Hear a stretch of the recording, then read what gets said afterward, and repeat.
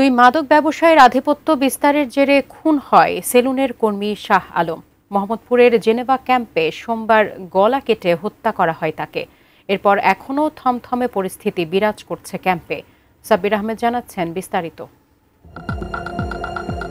বুনিয়া সোহেল আর পিচ্চি রাজা এই দুই মাদক ব্যবসায়ী এখন নিয়ন্ত্রণ করছে রাজধানীর মোহাম্মদপুরের জেনেভা ক্যাম্পের মাদক ব্যবসা।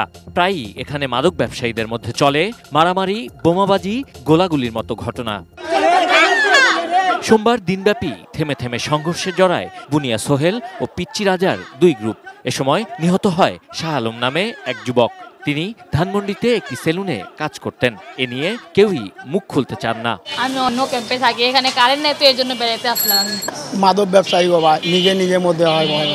মাদক কারবারিদের ইয়াবা ও হেরোইন কেনাবেচার ঘটনা এখানে ওপেন সিক্রেট, কিন্তু এক গলির মাদক ব্যবসায়ীরা আরেক গলিতে আসতে পারে না। মাদক ব্যবসায়ীদের দৌরাত্মের কারণে অতিষ্ঠ এখানকার বাসিন্দারা।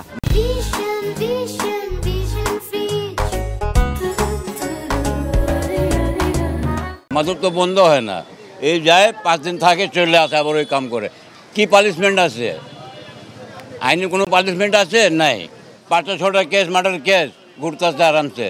আর একটু কিছু হলে আমগো নিয়ে আসে 5 দিন বন্ধ রাখবো, তো আইন আমগো উপরে, কিন্তু এদের উপরে কোনো আইন নেই।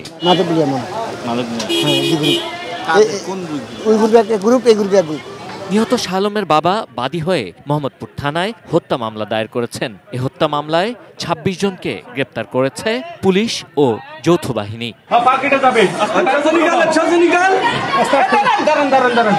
বুনিয়া সোহেল এবং পিচ্চি রাজা, এরা দুইজন মেন। পিচ্চি রাজার সঙ্গে আরও ছোট ছোট কিছু গ্রুপ রয়েছে।